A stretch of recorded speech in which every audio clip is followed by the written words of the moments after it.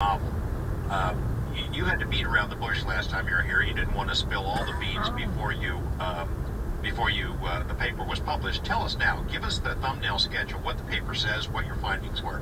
Okay. The first thing we did was when we extracted these samples, two labs extracted, both forensic labs extracted these samples. We washed the samples. We did all the techniques. We screened them for contamination, and there was none.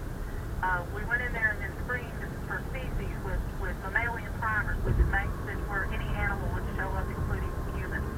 And all of our samples came back human. And this was after the hair had already been looked at by a forensic hair specialist that does primarily human, but also animal. And he had said it was novel. It was not the same. It was not human hair, and it didn't match any of his animal nose that it was tested against. So we knew we had good clean DNA. We went forward after screening, and we started outsourcing because I knew there would be a problem with if just one or two labs did this. So we sent these samples out. Nobody knew what they were. And we sent the samples to Family Tree DNA. They specialize in mitochondrial DNA. We got 20 whole genomes, 10 partial genomes, and the rest of the samples we just screened because, you get that many that are running the same, that pretty well tells the story. Non-human hair given human sequence. And then we had some... Good evening, everyone. You're in the right place at the right time. This is Coast to Coast AM, blasting out of the Mojave Desert like a Scirocco, blazing across the land. A lot bigger. I don't mean Jack and the Beanstalk giants or Paul Bunyan folklore giants, but actual flesh and blood, long-legged, big-jawed giants. David and Goliath type giants, only bigger. There are giants in Bible stories, starting with Genesis, giants in Greek and Roman and Norse mythology, giants of legend that grind our bones to make their bread. Abraham Lincoln wrote about giants. And in the oral traditions of Native Americans and other indigenous peoples all over the world, there are all kinds of stories about giants. Some of them covered with hair, like Sasquatch. Some of them red-headed, very tall humanoids. Think Bill Walton. So what's the deal on giants? Should we take this stuff seriously?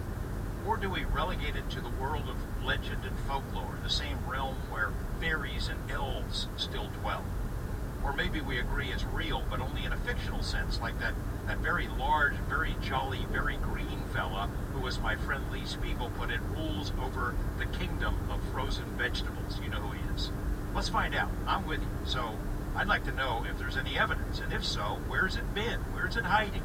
Coming up in the second half of the program tonight, an Emmy-winning writer, producer, and filmmaker who got hooked on the topic of giants a few years ago, and who put together a pretty amazing compilation of legitimate news stories culled from hundreds of North American newspapers over the last, 200 years. And we're not talking about the weekly world news here. I mean the New York Times, the Chicago Tribune, the Oakland Tribune, big papers, and regional papers, and small-town papers, but legit. Stories about burial mounds, skeletons found in hidden caves, on farms, all over the place. From the West Coast to the East Coast, all over the road. Pretty much every state in between. I'll tell you, the sheer number of reports was, to me, astonishing. So what do you make of all these stories? And if they're true, where are all of these big bones? I hope to find out. Richard Dewhurst is the author of Ancient Giants Who Ruled America, and he will join us 2 hours from now. But first, a scientist, veterinarian, DNA analyst, expert witness, and author, Dr. Melba Ketchum. You might recall when we first spoke to Melba on this program, it was to focus on her research in the area of Bigfoot, specifically Bigfoot DNA. She spearheaded a remarkable project to collect and analyze hair samples collected by Sasquatch researchers all over the country. The analysis, they tried their best to conduct it in secrecy. At least that was the intent, but when word got out what she was up to, a lot of people tried to sabotage that project, and you can just guess how her results were received when she tried to get a paper published in any number of science journals. Listeners to this program can guess how that culminated. Dr. Ketchum is still on the trail of Sasquatch DNA, but as she told us The last